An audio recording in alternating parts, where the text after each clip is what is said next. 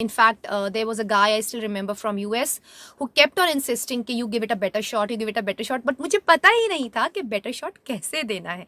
During the training itself, I also was selected for certain commercials, infomercials from Kotak Mahindra Bank. Hello. मेरा नाम मीनाक्षी है और मैं एक टीचर हूँ इंटरनेशनल स्कूल में. I teach English.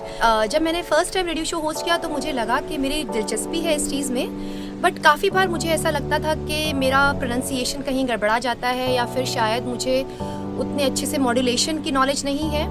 बीच में मुझे कुछ एक ऑफ़र्स भी आए honestly to give voice overs for different videos, but जब मैं अपनी क्लिप भेजती थी या अपनी MP3s भेजती थी या अपनी ऑडियो फाइल्स भेजती थी तो मुझे बहुत अच्छा रिस्पॉन्स नहीं आता था.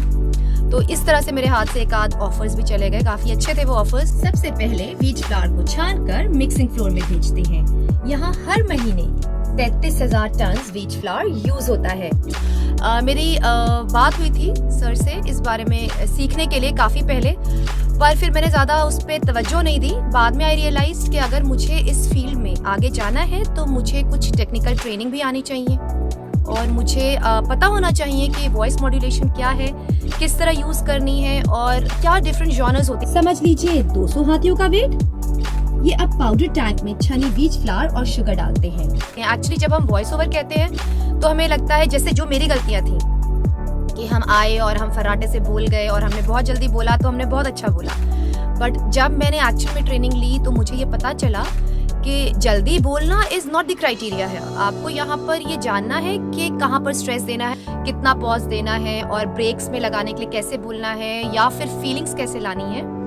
तो काफ़ी नॉलेजेबल था ये कोर्स. एंड हालांकि मैंने अपने तरफ से काफ़ी देर लगाई इस कोर्स को कंप्लीट करने में. That was my shortcoming, but over and over it was a wonderful course and sir has been very supportive throughout. मैं अभी भी काफ़ी टाइम बाद भी जब उनको परेशान करती हूँ किसी चीज़ के लिए या मुझे कुछ जानना होता है तो he is always there to support us. And मुझे ऐसा लगा कि all in all it is a must if you want to make a career in voice over और if you are planning to work as a freelancer in the field of voice over, या आपको ऐसा लगता है कि आपको इसे ही career बनाना है या even if it is your hobby, so there is no harm in giving it touch of knowledge.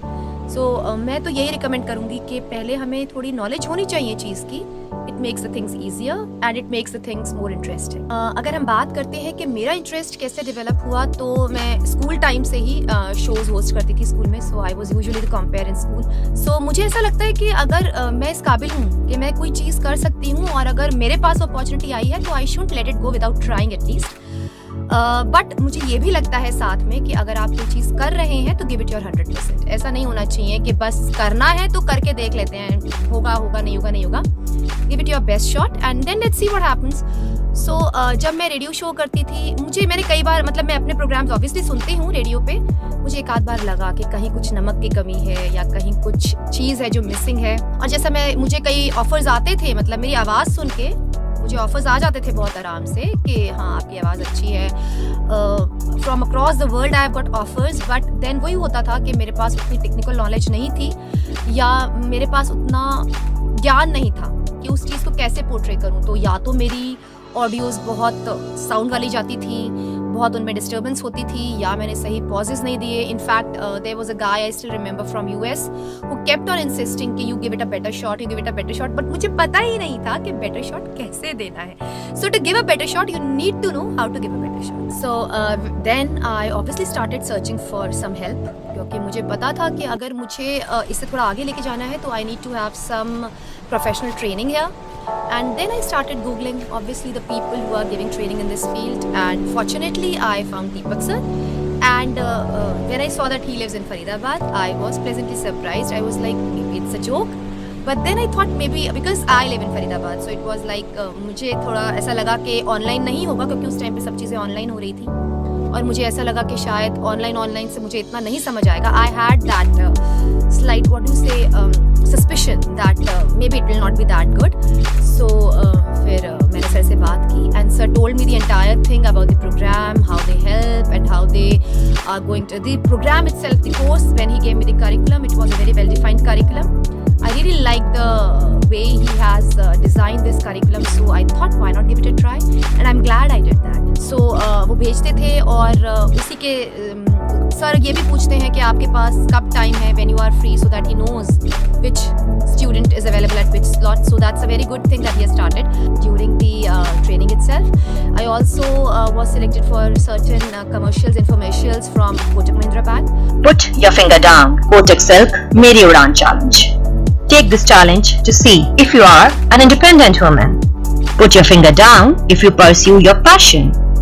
Put your finger down It was if all you in all a very enriching experience. तो मुझे अच्छा लग रहा है.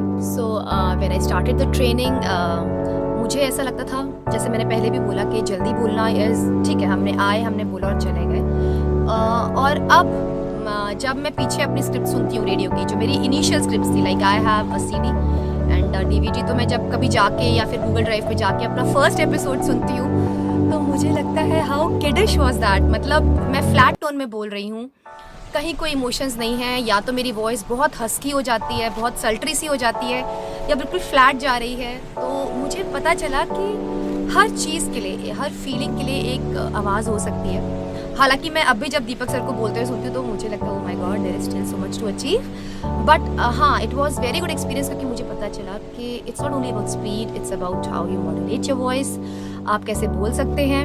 या जब मैं host करती हूँ प्रोग्राम्स, तब मैं कई बार वो मुझे फ्लैशबैक्स आते हैं कि सर ने ऐसे बोला था, and I try and use that as. So मुझे ऐसा लगता है, अगर आप एक सक्सेसफुल वॉइस ओवर आर्टिस्ट बनना चाहते हैं तो आप में चस्पा होना चाहिए, विच इज़ लाइक ड्रामा. सो आप में बहुत अच्छे से ड्रामा कूट कूट के भरा होना चाहिए, कि अगर एक आपको लाइन दी है तो उसे लाइन की तरह मत बोलिए, इमोशन उसमें डालिए.